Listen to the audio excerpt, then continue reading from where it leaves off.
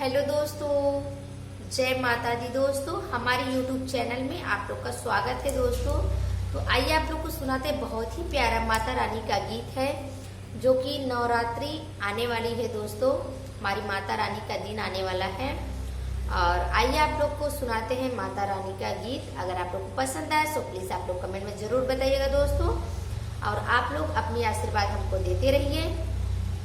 तो आइए आप लोग को सुनाते हैं। लाली लाली डोलिया के लाली बावो भरवा होठू मोके चालना मही के बघवा सवरिया होठू मोके चालना। लाल लाल डोलिया के लाले बावो भरवा होठू मोके चालना मई के बघवा सवरिया होठू मुख चालना। चलता चलते माई भाई भेनु सरवा हो कताहू मैया ना अब डारी दे तू डेरवा हो कताहू मैया ना बिडारी दे तू डेरवा हो कताहू मैया ना। डेरवा तडल बयो ही से डेरवा तडर बैसवकाओ नहीं के घरवा हो जे करे घरवाना।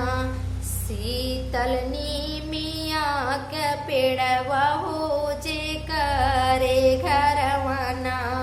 शीतल नीमिया के पेड़वा हो जे करे घरवाना। लाली लाली डोलिया के लाले बावो बरवा हो ठुमुक चालना मई के बघवा सवरिया हो ठुमुक चालना। चलता चलता मई के चलता चलता माई भाई भीनु सरवा हो कताहू मैया ना। डारी दे तू ही डेरवा हो कताहू मैया ना। डेरवा तडारव सेवकाओ नहीं के घरवा हो जे करे घरवाना। गौआ बाधला दुअरवा हो नहीं घरवाना।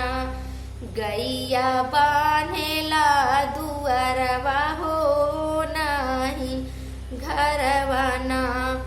लाली लाली डोलिया के लाल बावो बरवा हो ठुमुक चालना मई के बघवा कहरवा हो ठुमुक चालना।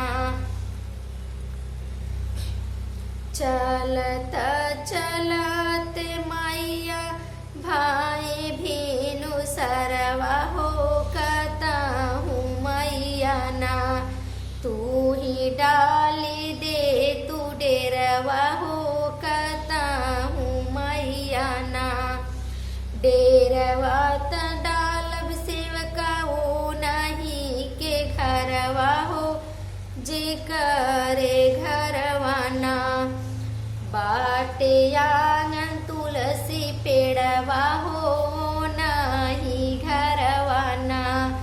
जे करे आंगन तुलसी पेड़वा हो यो नहीं घरवाना।